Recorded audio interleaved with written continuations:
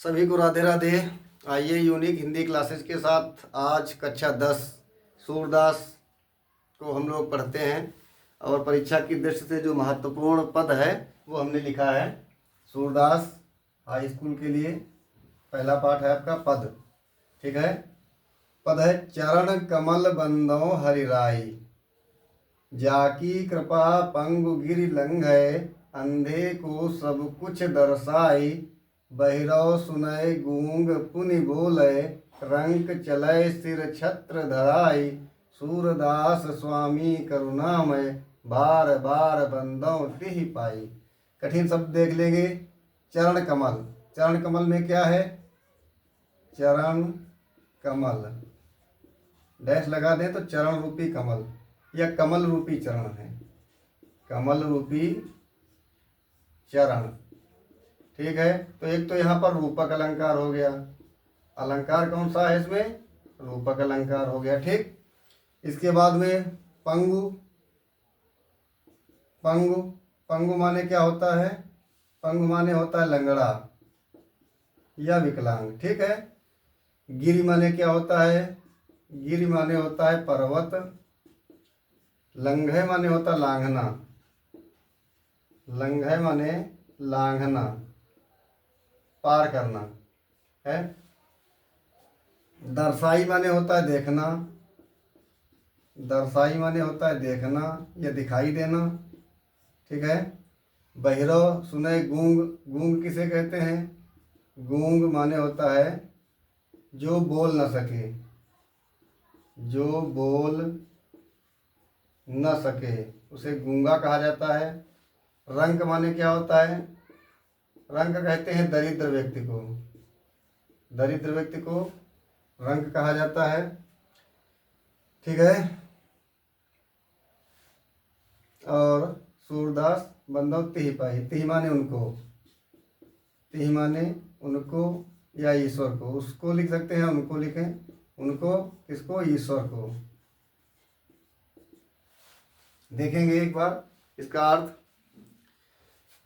परीक्षा में जो प्रश्न आएंगे आपके, वो एक तो आपका संदर्भ लिखने के लिए आता है, तो हेडिंग डालेंगे आप संदर्भ। ठीक है, संदर्भ आपको लिखना है।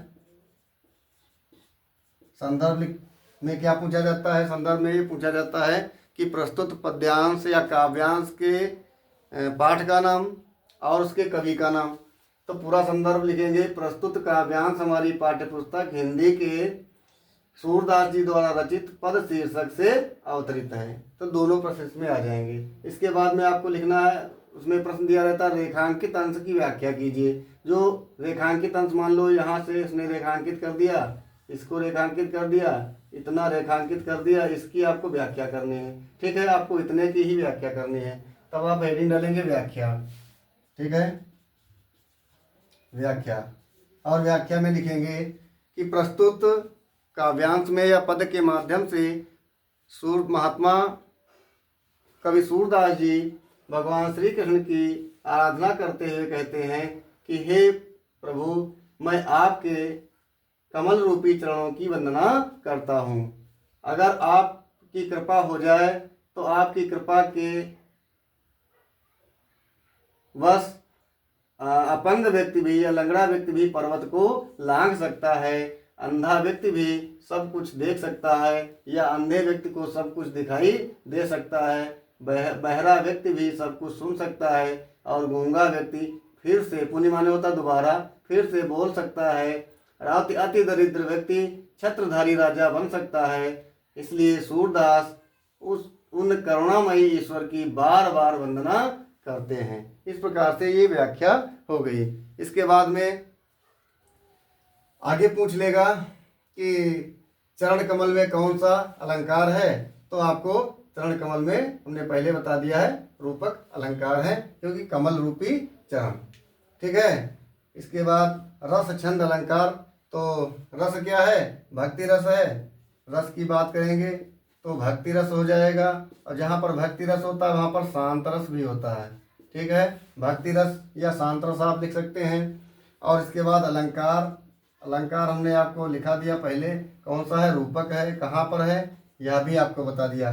चरण कमल में रूपक अलंकार है।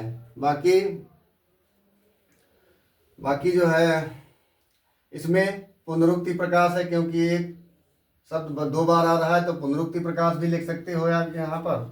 पुनरुक्ति प्रकाश लिख सकते हो, और क्योंकि बार बार यहाँ पुनरुक्ति इसकी दोबारा एक शब्द आ रहा है, ठीक है। और इसके बाद में भाषा क्या है, भाषा की बात करेंगे तो भाषा सूरदास जी की भाषा जो है ब्रज भाषा है, ब्रज भाषा, ठीक है। और अगर छंद की बात करेंगे तो छंद क्या है, गेय पद है। छंद पद या गेय पद दोनों लिख सकते हो, गेय पद है, ठीक है। इस प्रकार से आप इसकी व्याख्या कर सकते हैं। तो इस प्रकार से निरंतर जुड़े रहिए और आपको समय समय पर कक्षाएं मिलती रहेंगी। आपका अध्ययन सुव्यवस्थित तरीके से चलता रहेगा। जय हिंद, जय भारत।